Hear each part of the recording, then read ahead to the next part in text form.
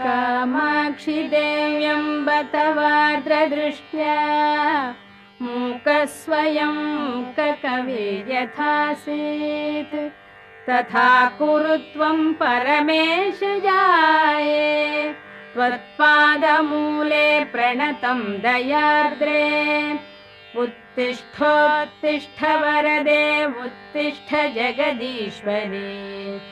उत्तिष्ठ जगदाधारे त्रैलोक्यं मङ्गलं कुरु शृणोषि कश्चिद्ध्वनिरुत्थितोऽयं मृदङ्गभेरीपटहानकानां वेदध्वनिं शिक्षितभूसुराणां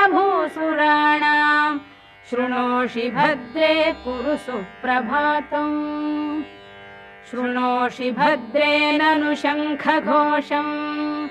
वैताళिकानां मधुरं च गानम् शृणोषि मातप्पिककुक्कुटानां ध्वनिं प्रभाते कुरु सुप्रभातम् मातर्निरीक्ष्य वदनं भगवान् शशाङ्को लज्जान्वितः स्वयमहो निलयं प्रविष्टः द्रष्टुं त्वदीयवदनं भगवान् दिनेशो ह्यायाति देवि सदनं कुरु सुप्रभातम् पश्याम्ब केचिद्धृतपूर्णकुम्भाः केचिद्दयार्द्रे धृतपुष्पमालाः काचिच्छुभाङ्ग्यो ननुवाद्यहस्ताः तिष्ठन्ति तेषां कुरु सुप्रभातम्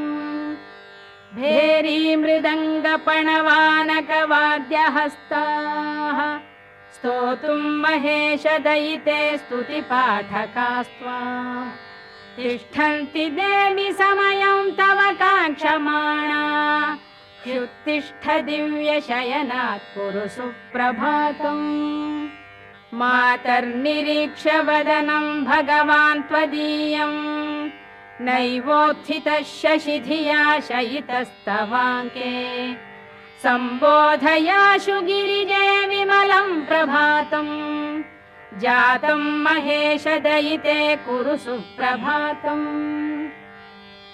अन्तश्चरन्त्यास्तव भूषणानां झल् झल् ध्वनिं नूपुरकङ्कणानां श्रुत्वा प्रभाते तव दर्शनार्थी द्वारि स्थितोऽहं कुरु सुप्रभातम् वाणी पुस्तकमम्बिके गिरिसुते पद्मानि पद्मासना रम्भा त्वं वरडम्बरं गिरिसुता गङ्गा च गङ्गाजलम् काळी ताळयुगं मृदङ्गयुगलं वृन्दा च नन्दा तथा नीला निर्मलदर्पणधृतवती तासां प्रभातं शुभम्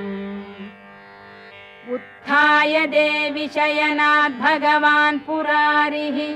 स्नातुं प्रयाति गिरिजे सुरलोकनद्यां नैको हि गन्तुमनघे रमते दयार्द्रे ह्युत्तिष्ठ देवि शयनात् कुरु सुप्रभातम् पश्याम्ब केचित् फलपुष्पहस्ताः केचित् पुराणानि पठन्ति मातः पठन्ति वेदान् भगवस्तवाग्रे तेषां जनानां कुरु सुप्रभातम् लावण्यशेवधिमवेक्ष्य चिरं त्वदीयं कन्दर्पदर्पदलनोऽपि वशङ्गतस्ते कामारिचुम्बितकपोलयुगं त्वदीयं द्रष्टुं स्थिताः वयमये कुरु सुप्रभातम् गाङ्गेयतोऽयमवगाह्य मुनीश्वरास्त्वां गङ्गाजलै स्नपयितुं बहवो घटांश्च धृत्वा शिरस्सु भवतीमभिकाङ्क्षमाणाः द्वारि स्थिता हि वरदे कुरु सुप्रभातम् मन्दारकुन्दकुसुमैरपि जातिपुष्पैः मालाकृता विरचितानि मनोहराणि माल्यानि दिव्यपदयोरपि दातुमम्ब तिष्ठन्ति देवि मुनयः कुरु सुप्रभातम् काञ्चीकलापपरिरम्भनितम्बबिम्बम् काश्मीरचन्दनविलेपितकण्ठदेशम्